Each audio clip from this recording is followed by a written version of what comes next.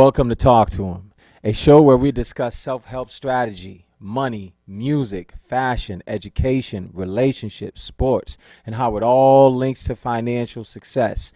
Be sure to hit that like button, and while you're at it, follow. It costs you nothing to follow, folks. Might be a small act for you, but as the content creator, man, it means everything to us. Today we have a special guest, my guy, Tim DiFrancesco, former strength and conditioning coach for the Los Angeles Lakers during the Kobe era, doctor of physical therapy, and now helping athletes and everyday people move better, stay healthy, and perform at a high level. Timmy, appreciate you pulling up, man. How you feeling? Feeling great. I appreciate you having me on. I'm excited. I'm very excited myself, man. I'm so excited. Man, people don't know how far back we go, right? It's People right. don't- It's right. You know, let's talk about, we go back since like Endicott college days, right? Let's talk about these Endicott days. What kind of program were we, right? Where we really a part of back then, I should say, right? What part of the program were we really a part of back then as the Endicott culture? Yeah. I think it was really the foundation of what has continued to build there. But I came in right on the middle between your group of players in your year, Yep. and then and kind of right between the Jamal Francis, Eric Simonelli, and even the Adam Latanzi. So there was like a connection. And that group, and Andy Kirk, and all that crew was connected through to Eric Simonelli and Adam Latanzi. They had won GNAC championships, and then my freshman year we came in. When I came in, we won a I think it was the Commonwealth Coast Conference, the CCC, and then you came in shortly thereafter, and we just kept the progress going from there. But I think as you and I both came in under Coach James Cosgrove, Coach Cos, as we all know him, and he's one of a kind. I mean, there's no. He just won a Division III national championship, and not by accident, right? No, not at all. At Trinity now, but he was really in the early to mid stage of his career, as he's had a really long and successful career now.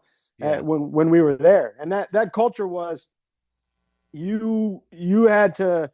There were people that fit into playing for Coach Cos, and there were people that weren't, right, Yeah. and that didn't, and so you had to have a tough skin, and you had to be willing to run through a brick wall and just keep taking it, right? And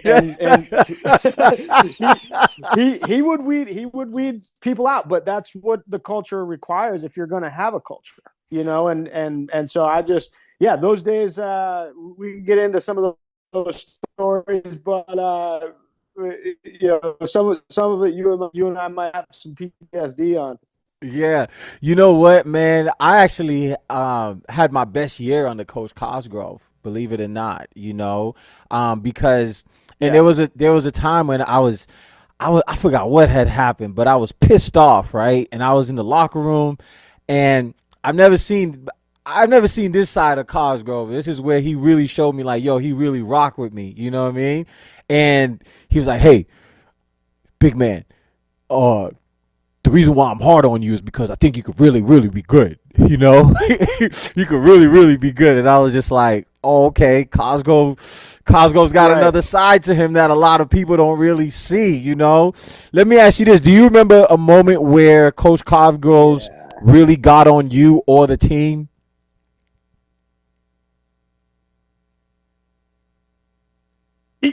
I'll tell you what stands out for me. Yeah. And so people have to understand, with me, it was, if you know the movie Rudy, like I was the Rudy of Division III basketball. Yep. So Absolutely. like people have to understand, I wasn't exactly getting a ton of minutes, but I think any of my teammates would always say, like, hardest worker out there, one of the best teammates, right? And so that's what I always strive to be. So I don't think I gave Coach Kaz a lot to get on me on, but I actually got two stories. One of them is we were in the first game I ever got into. I think we were up by like 20, and I finally get into the game.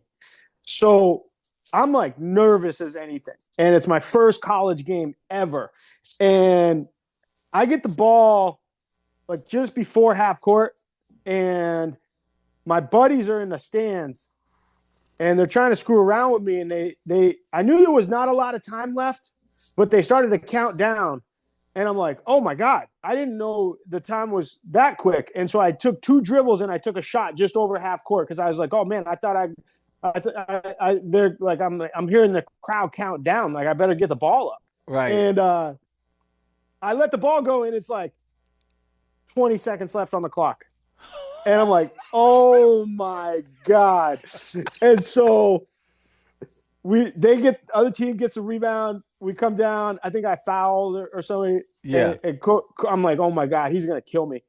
And he goes, Timmy, get over here. And I'm like, oh no, this is going to be so bad.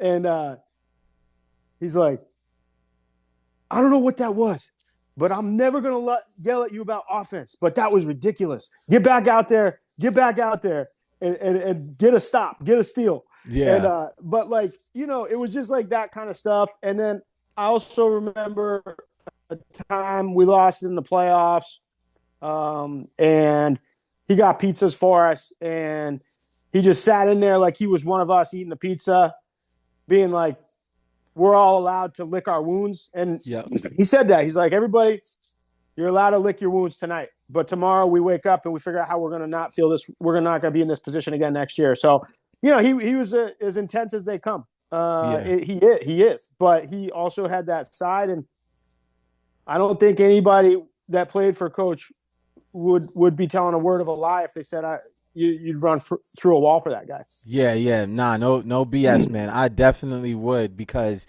he was hard on you, but also he knew when to, like, all right, you know what? Like, I got something here. Even all the guys, sometimes I joke about it as well too, but honestly, like, I really enjoyed that one year that I played under Coach Cosgrove, man. Let's switch it back a little bit, right? Let's talk about, how did the opportunity with the Lakers come about? How did that come about? So for me, when I was at Endicott, my focus, I loved basketball, but my focus was athletic training, and 4 years of undergrad at Endicott to get my license in athletic training, and then went straight to physical therapy school to become a doctor of physical therapy from UMass Lowell, and knocked that out in a 7-year period. And my goal was to set myself in a position to be able to have an entrepreneurial setup where I open a operation where I could offer physical therapy and strength and conditioning. And so I started off, though, once I had a license in physical therapy, as a traditional PT at a clinic, just to kind of get my feet wet as I was trying to build the business and think about how I would start that. Yeah. And I spent about 2 years at that PT clinic, small PT clinic outside in the North Shore here in Swampscott. And during that time, my high school basketball coach had called me and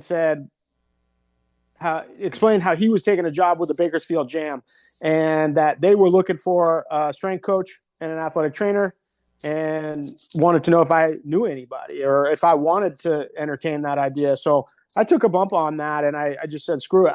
At the time I didn't have kids, and at the time I could just sort of say, you know what, this is a time in my early career where it's worth it to go take a chance on something. Yeah. And I talk to a lot of college students in sports medicine or sports science, and I explain, I'm not trying to brag, but I took like a $70,000 pay cut to take that job. So I think that my point there, and just a little side note of a point, if you're gonna go back and look at anybody that is at a pinnacle of where you see them, or that they've achieved a certain level of success, I'm willing to bet that they've got a point in their time when they took a big risk and they sacrificed a bunch and they just said, I'm going to bet on myself to make it to the other side of this sacrifice, you know? And so for me, that was, I didn't really think a lot about it at the time because it's not like I had a mortgage to pay. It's not like I had stuff. I was just like, you know what? I'll make that money back up somewhere else. I got to take this risk, you know? And so I was the strength coach for the Bakersfield Jam out in Bakersfield, California. I mean, minor league athletic trainer, the last thing they're doing is athletic training. They're doing a lot of laundry. They're doing a lot of, you know, taking guys to the grocery store. Basically, I used to tell everybody I did everything but fly the airplanes to the games, you know. And so, you know, it was that process. I did that for 2 seasons, and then one of those seasons we were affiliated with the Lakers. And so that's how I got connected with the Lakers staff. And the Lakers staff was really looking for, specifically the head athletic trainer, Gary Vitti. He had been the head athletic trainer for the Lakers from a little bit before Magic came in all the way through Kobe. So he saw it all. Wow. And he was looking for a physical therapist, which that was part of my background, who was willing to and interested in being in a role as a strength coach. Because a lot of physical therapists are not either qualified to do that or they don't want to do all of their time in the weight room. So, but for me, that's where I love to be. And, you know, you remember I was taking our teams through, you know, different drills and all that yes, stuff, absolutely. You know? So I always loved that. And so it was a dream come true to get that opportunity from them. And obviously when the Lakers come calling, you jump. And I took over as a head strength coach in 2011. So my first 4 seasons were Kobe's final 4 seasons. And the rest was history. You know, excited to get into any stories on that. TD, let me ask you this. What was your first moment like walking into that environment? Take us back. Yeah. Well, I always tell that story about when I first walked up and had a chance to meet Kobe himself. You know, I think for me, I was able to compartmentalize and say, for the most part, the environment didn't ever feel too big for me. I kind of felt like, hey, I'm here to do my job, whether I'm helping people in the weight room at Endicott or I'm helping the Lakers. Like it's just it's all in a weight room, you know? And so, but when I first see Kobe coming down the hall, like that's the one dude. You know, he's kind of he was, you know, bigger than life and you know, RIP, but you know, it's he's one of those figures that just is different, you know. And so I went up and I go to shake my hand and I'm trying to be all polished and everything. Hey, I don't even know what to call him, Mr. Bryant. I don't even know, you know. And I'm like, and I couldn't even get my name out. He's like, man, I know who you are. Shut the F up. Let's get to work, man. And, you know, he kind of gave me a hug and said, we don't have to do a lot of talking. We just got to do a lot of working, you know? And so, so that piece was like, oh, okay, cool. He's going to be, you know, that kind of let my guard down around him a little bit. And, we spent a lot of time together just because unfortunately he was hurt a lot at that stage in his career. And so we would do a lot of rehab work. And, I spent a lot of off seasons with him, traveling with family and going to family vacations to Italy. You know, going to I'll tell you a story about that real quick. Is we're in Italy in this castle in the middle of nowhere that only he knew about and had rented out for his family. And I'm there to get him his workouts. But I go for a run one day at this spot, and we're literally up on a hill, like out of middle of nowhere in Tuscany. And I go down the hill. There's only 2 roads up.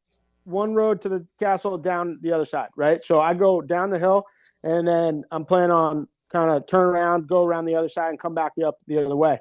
And so I'm running along, coming back up the hill, and then this car screeches on its brakes, and it's full of like college age Italian dudes, and they're like, Kobe, Kobe, Kobe.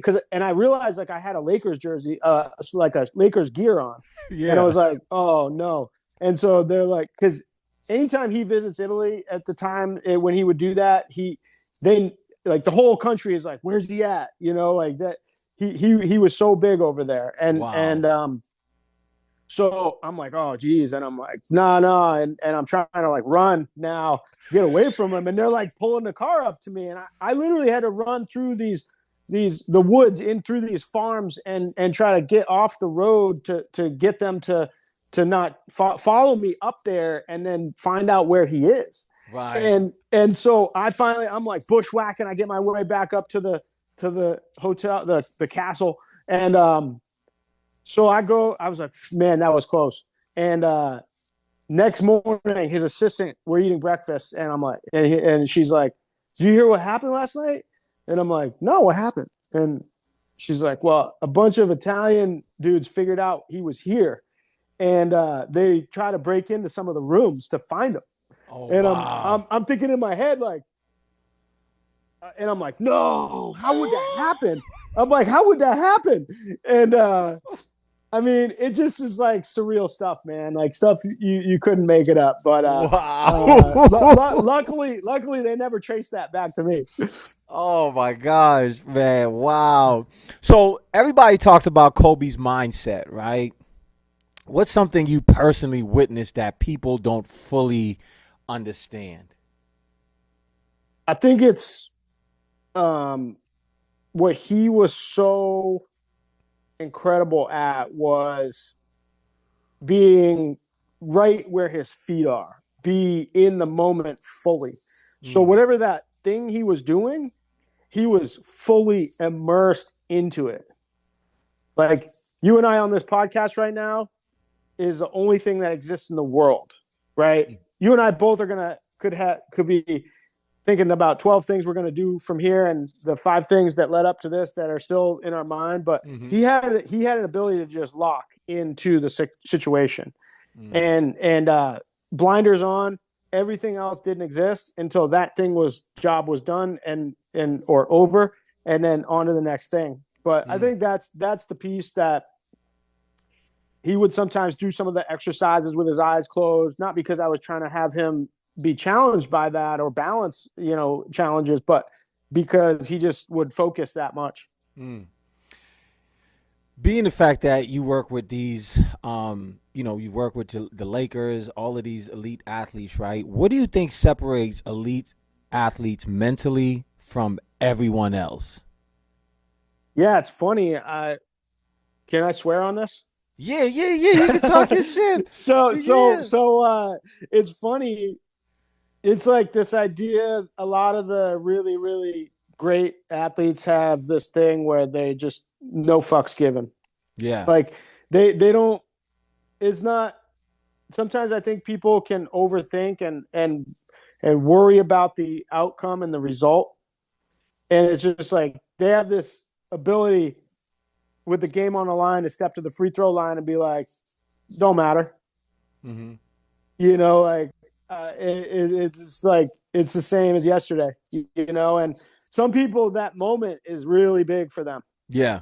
and then they get tight, right? And we see that a lot, right? We see like a 90% free throw shooter get to the end of the game and he misses 2 in a row, Yeah. right? Yeah. It happens a lot, and not to say that like the greats never miss one, but for the most part, I think the idea that the moment's never too big, and it just can make a tough, really big, magnified moment just the same as any moment, Mm. and I think that, and I always used to watch a lot of those players, whether it was Meta World Peace or Steve Blake or Pau Gasol, Steve Nash, or Kobe, like do how they would practice. Mm-hmm. And one of the things they all had in common was that they never got too high or too low.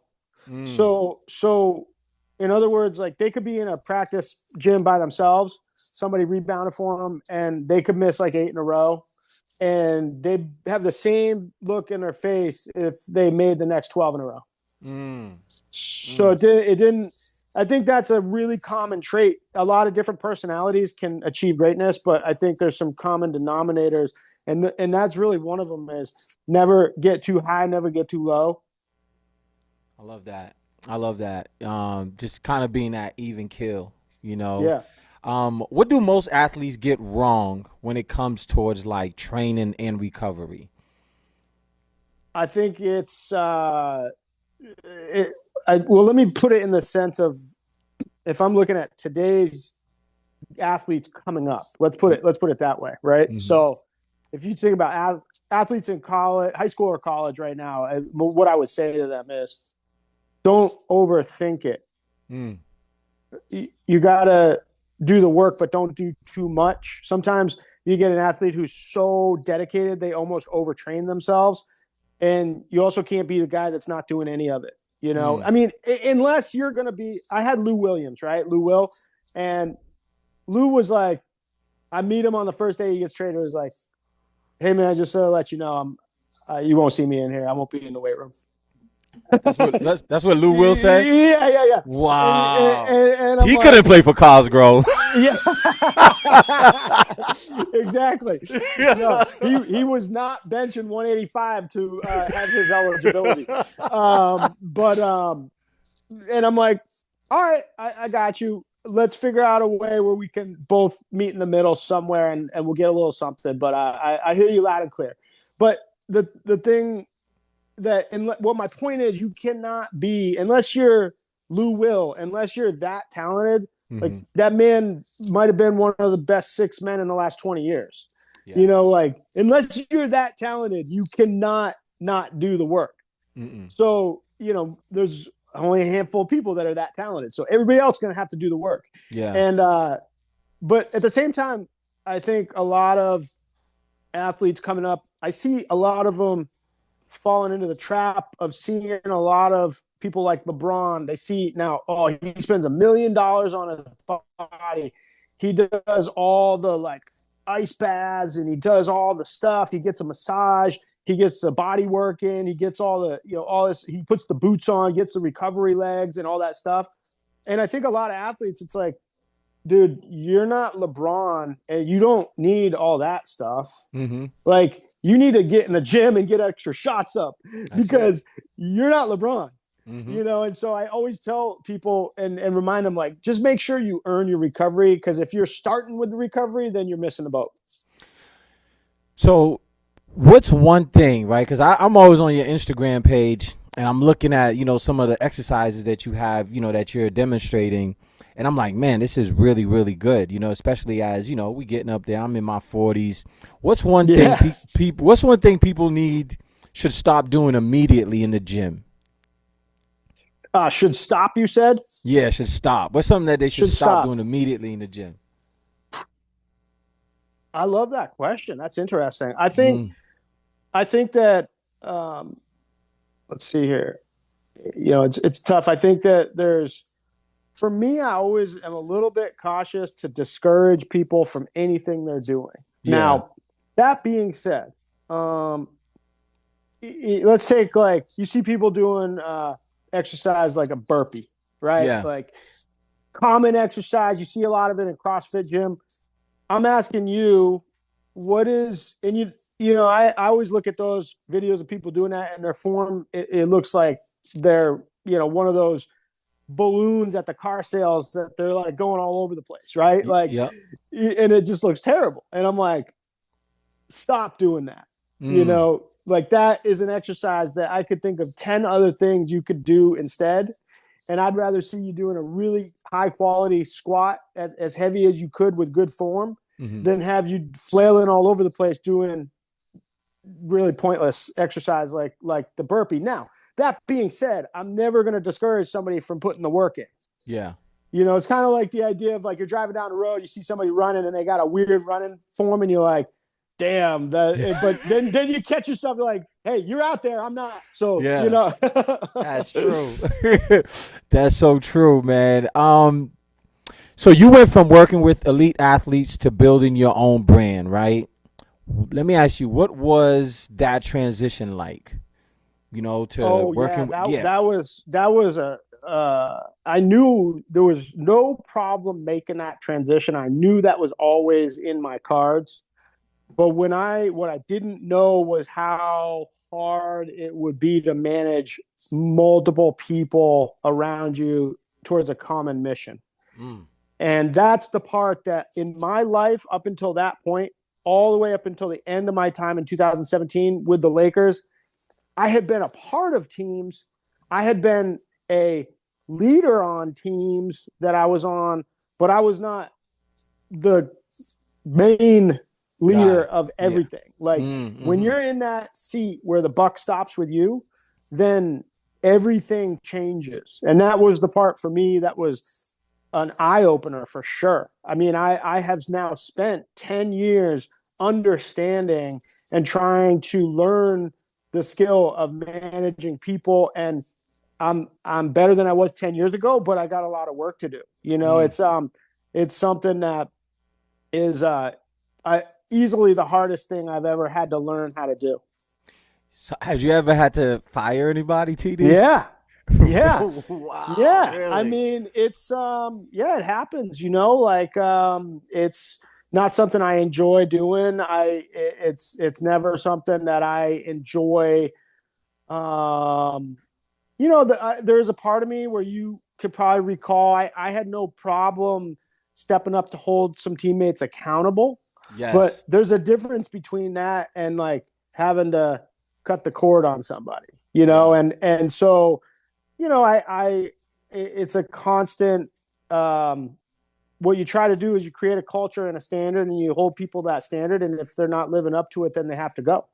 And Yeah. at first, when I first very had, you know, there was times where I would give people 9 chances on stuff, you know, and I've learned not to do that. It's like here's from the jump. It's like here's my expectation in this particular area. Let's call it. I have a couple of non-negotiables. One of them is timeliness, right? So if you're not on time to work where you're supposed to be working, then that's you got 3 shots at that. Third one is you're out. Period. End of story. Right. And so, um, I I used to think like, man, if I could just like let me put my arm around him and tell him it's good. I know you're trying hard. Like, let's try to get better and don't be late again. And then you do that like 9 times with somebody, and you Oh start to yeah. realize like, yeah, they're not getting the message, Yeah. you know. And I can't want it for you is what I realized. I thought I could. I thought at first like if I show you how bad I want it, then you'll want it that bad. And it's like, no, your behaviors are going to show me how bad you want it. Mm. And then I'll tell you what I expect, but I can't help you want it. And so, yeah, that's the piece where over, you know, you have to. There's hard conversations, there's hard things all the time, and it's never the same. There's always a new thing that you didn't see coming. You know. Mm. You know, you mentioned something, right? Holding guys accountable. I remember the only reason why you could do that is because you was out working a lot of people. When I could think back, you was really like, the first one doing sprints, the first one in the gym getting shots up, all of these things. So when Timmy D says something to you, yeah, you gotta listen because he's out working you. You know what I mean? He's definitely Yeah. like working you.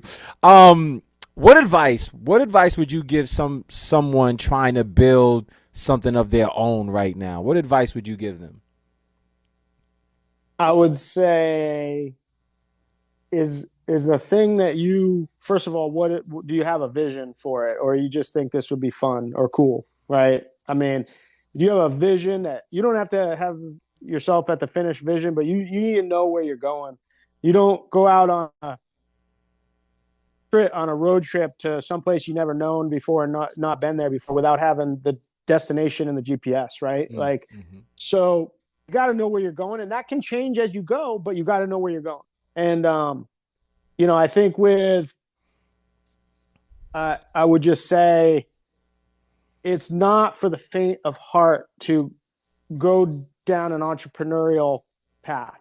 Mm-mm. You have to be comfortable just staying the course no matter the ups or the downs, Mm. and you have to be able to learn as you go. You don't have to be perfect all the time, but you got to be able to learn as you go, but stay the course. I Mm. mean, I think so many people get into something like that and it's like, I did not think it was going to be this hard.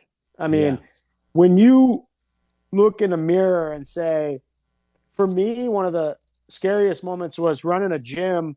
We had been open for like three years when the pandemic hit. And then how do I have 6, 8 full-time employees and we can't open our doors? You know, and it's like, that's all on you look in the mirror and there's nobody else that it's on you. I mean, you got a team and they're all willing to help, but at the end of the day, it's on you to make sure they're looking at you like, am I going to get paid now?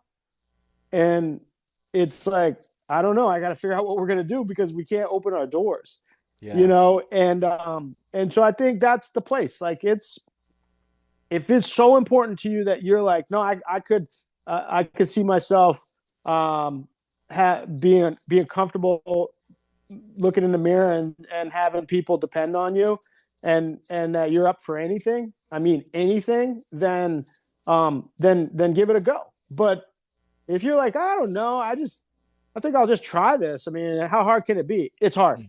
Yeah, it's hard, super duper hard, you know. So I work with a lot of youth, right? And I have a 14-year-old who's, you know, he looked like he's got some potential to do some amazing things on the court. For young athletes coming up right now, what should they be really focusing on, in your opinion? I think you would be shocked. The athletes would be shocked at how much they can stand out in today's recruiting trails and stuff like that to the next level. You're trying to get the eye of your varsity coach because you're trying to make varsity or you're trying to make a college team, whatever it is. I think you would be absolutely shocked at how easy it is to stand out by being the best teammate with the best body language who works the hardest. Listen, you're the only one that can do anything about your skill level. That just means you got to get extra shots up in the gym until your skill level improves. But every person on that court and every person on that bench they get to choose in that every time, all the time, in real time. You always get to choose your body language, your attitude, your effort level. And that goes into like timeliness, showing up on time. You know, are you the first one who's always at practice? Are you the one that like the team is like, yo, is so-and-so coming or what? Like, because that is a signal that you don't want it as bad as you say you do. Right. So like, to me, all I would say is control what you can control. And you could say that. You could say, okay, yeah, TD, yeah, that's a great idea. I'm going to do it. But to do it every day, day in, day out, completely different story. Almost nobody can do that except we all have the ability to do it. It's just not everybody wants to pay that price. So definitely don't tell me you want to do it if you're not going to do it. But you got to recognize that that's in your control. And if you do that day in, day out, and you become that guy or that girl who is always working as hard as they can, always on time, ahead of schedule, there before, there after, if your attitude, your body language is, hey, I want my team to be better and I'm cheering on my teammates every chance I get, you're going to stand out. And unless you haven't been working on your game at all, like, then you got a shot. But I don't care what skill level you are, if you're the most skilled person, if you don't do those things, you got no shot. That's real talk right there. What would you tell your younger self if you could go back, TD? I probably don't put so much pressure on yourself. You know, like I wouldn't change the level of effort I put into stuff, but the expectations that I had on myself to have the outcomes that I sometimes couldn't always control, I think that can add up to a lot of pressure. And just if you control the stuff you can control, like have fun, you know, and let the chips fall where they may. Yeah. I love that. I love that. So, all right, Timmy, this is our quick rapid fire. First thing that comes to mind. All right, you ready, TD? Ready. Okay. Kobe or LeBron? Kobe. Early mornings or late nights? Early. Strength or mobility? Strength. Strength leads to mobility. Ooh. Okay. Best advice Kobe ever gave or mindset lesson? I'd say I would just say that idea of outwork everybody, and a lot of things will take care of themselves. Mm. One exercise everyone should do daily. I'll say push up. Mm. Most underrated part of recovery. Uh, Sleep. I mean, the everybody wants to do cryo chambers and Normatec compression boots and all this other stuff, and they're not taking care of the number one thing. And they're doing a bad job, staying on their phones too late. They're losing an hour of sleep on the front end. They're not worried about the paying attention to their sleep environment, making sure they're in a good environment to get sleep in, and that's where all of the recovery foundation has started. Mm. What does success mean to Timmy D right now? Success is, to me, is measured by how you bounce back. Mm. So I can guarantee you you're going to hit the mat. I can guarantee you you're going to stumble. I can guarantee you stuff's not going to go the way you thought it would. Mm. And how do you bounce back from that and decide I'm going to use this to learn and get better? That is success. Like if you repeatedly do that, there's almost no way you won't find outcome-based success along the way. And if you look at all the great teams or individuals at anything, the real in the trenches stories of what got them there was not pretty. Like it just is. Why was it the way they decided to bounce back from the setback was different than other people who said, damn, that's a failure. I'm beating myself up now. I knew I couldn't do this. Instead, they are like, let's see, what do we learn from this? And let's go put it into play and do it again tomorrow.